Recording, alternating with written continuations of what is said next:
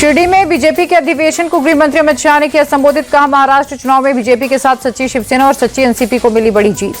महाराष्ट्र में विरोधियों पर गृह मंत्री शाह का निशाना। कहा, चुनाव में विपक्ष को मिला करारा जवाब। लोगों ने हिंदुत्व और मोदी के विकास की राजनीति का दिया साथ। नक्सलवाद को लेकर गृह मंत्री अमित शाह ने किया दावा। का 31 मार्च 2026 तक नक्सलवाद को देश से पूरी तरह खत्म कर देंगे।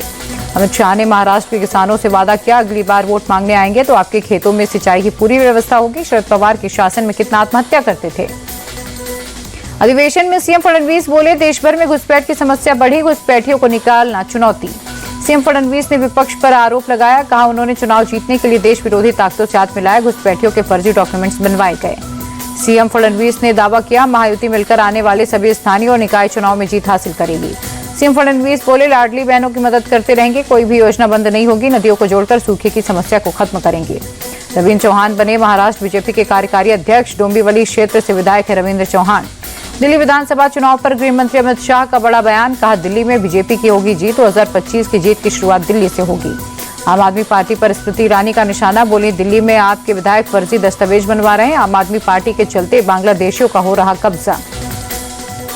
बीजेपी सांसद रविशंकर प्रसाद का केजरीवाल पर निशाना। कहा, केजरीवाल ने कोरोना काल में पूर्वांचल के लोगों को आनंद विहार भेजा था और आज पूर्वांचलियों ने दिल्ली को सजाने में बड़ा काम किया।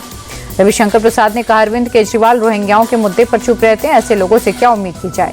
झुग्गी बस्ती को लेकर दिल्ली में सियासत गरमाई। शकूर बस्ती झुग्गी के रेलवे कैंप पहुंचे केजरीवाल। का झुग्गी वालों से बीजेपी को लेना देना नहीं है, सिर्फ चुनाव के वक्त वहां जा रहे। बीजेपी पर केजरीवाल का बड़ा आरोप। बोले, इनको गरीबों से कोई मतलब नहीं, अगले 5 साल में ये लोग सभी झुग्गियां तोड़ देंगे। केजरीवाल बोले, बीजेपी को झुग्गी वालों से प्यार नहीं, बीजेपी ने इनसे झूठे वादे किए, बीजेपी से कोई ज्यादा दगाबाज नहीं।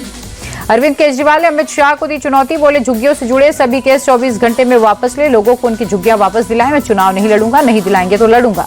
दिल्ली बीजेपी ने फिर जारी किया केजरीवाल के खिलाफ पोस्टर। केजरीवाल की फोटो लगाकर लिखा, दिल्ली को बर्बाद कर दिया, सिर्फ आवता की एक टोली ने, अब नहीं संगे बदल के रहेंगे। दिल्ली में पोस्टर वॉर जारी। आपने बीजेपी नेता रमेश बिधूड़ी को एक और पोस्टर जारी करते हुए लिखा, अब फटा पोस्टर निकला गालीबाज। बीजेपी ने केजरीवाल का एक और पोस्टर जारी किया। केजरीवाल को पूर्वांचलियों को जानी दुश्मन बताया। मोतीनगर सीट से टिकट मिलने पर बोले बीजेपी नेता हरीश खुराना, टिकट देने के लिए पार्टी नेतृत्व का आभार, पूरी जिम्मेदारी के साथ लड़ूंगा चुनाव। कपिल मिश्रा को टिकट मिलने पर बोले Delhi AIMIM chief Shoaib Jamui, BJP ने दिल्ली के दंगे के मास्टरमाइंड को टिकट दिया, साफ हुआ बीजेपी एक दंगाई पार्टी। 13 जनवरी को पीएम मोदी का जम्मू कश्मीर दौरा। सोनमर्ग सुरंग का उद्घाटन करेंगे पीएम मोदी। 2700 करोड़ रुपए की लागत से बनी है 12 किलोमीटर की लंबी सुरंग। 3000 यंग लीडर्स को पीएम मोदी ने दिया गुरु मंत्र। स्वामी विवेकानंद की जयंती के मौके पर विकसित भारत युवा नेता संवाद कार्यक्रम पहुंचे। कहा, आज का भारत लक्ष्य को पूरा कर रहा है। पीएम मोदी ने कहा, पूरा देश आज विवेकानंद जी को याद कर रहा, आज के युवा भविष्य का रोड मैप तैयार कर रहे हैं।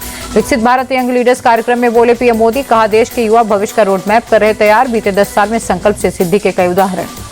पीएम मोदी ने कहा, भविष्य का सामर्थ्य युवाओं के हाथ में, युवाओं को नए नए प्रयोग करते रहना चाहिए।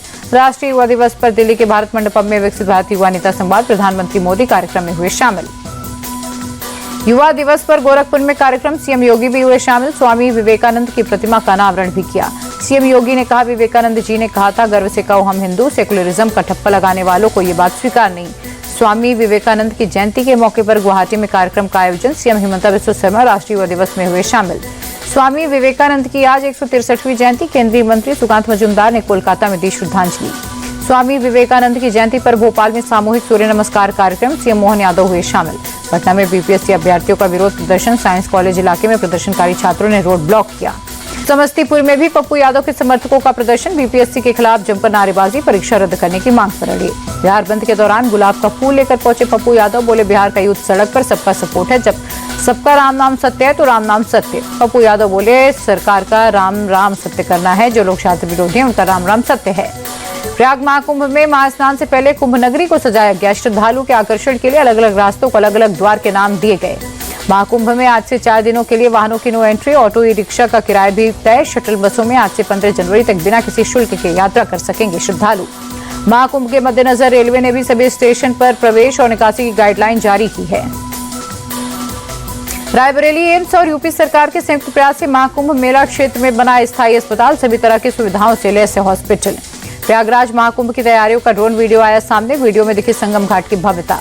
प्रयागराज में महाकुंभ का काउंटडाउन शुरू। लाखों की संख्या में पहुंचने लगे श्रद्धालु। त्रिवेणी संगम पर भक्तों ने लगाई आस्था की डुबकी।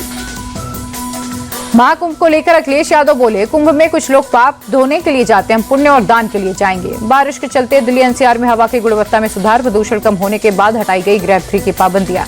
दिल्ली एनसीआर के कई इलाकों में बीती शाम हुई बारिश, तापमान में गिरावट से बढ़ी ठंड।